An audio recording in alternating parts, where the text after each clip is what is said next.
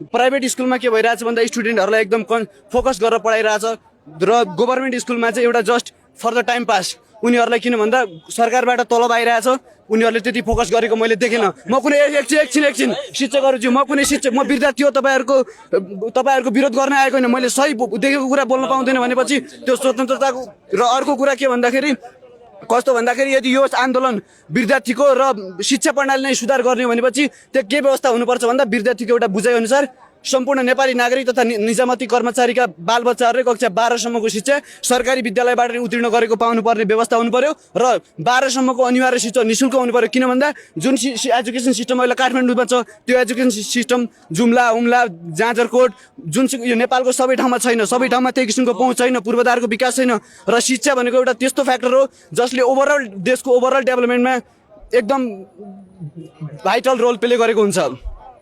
त्यो अवस्थामा चाहिँ शिक्षाको क्षेत्रमा शिक्षकहरूको उद्देश्य भनेको विद्यार्थीको भविष्य उज्जवल बनाउने हो। त्यो कुनै नेताको चाकडी पनि गर्ने होइन र नेताहरूको पछि लाग्ने पनि होइन। उनीहरूको मेन फोकस भनेको एजुकेसन सिस्टममा विद्यार्थीहरूलाई जुन किसिमको स्टडी लेभल उनीहरू आफ्नो गार्जेनको बालबच्चाहरूको चाहन्छन् त्यही लेभलको स्टडी सम्पूर्ण नेपाली नागरिकका बालबच्चाहरूलाई पाउनुपर्छ। र म विद्यार्थी भएको नाताले यो विषयमा बोल्न पनि म हिचकिचाउँदैन र शिक्षकहरूको समर्थनै गर्न आएको हुँ।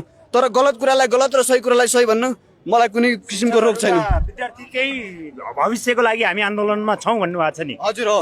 त्यसमा के छ तपाईहरु त झन् शिक्षकहरूले गर्नु होइन राम्रो भन्नुहुन्छ फेरि? हो अब शिक्षकहरूले अब चाहिँ के भन्दा अब चाहिँ शिक्षकहरूले मेनली यो राजनीतिक नेताहरूको चलखेल गरेर केही उपलब्धि भयो त अहिले यदि नेताहरूको उनीहरू यति अगाडि मान्थे टिचरहरूको नेताको झोले हुन्थ्यो अब हुँदैन। किन भन्दा 27औं 28औं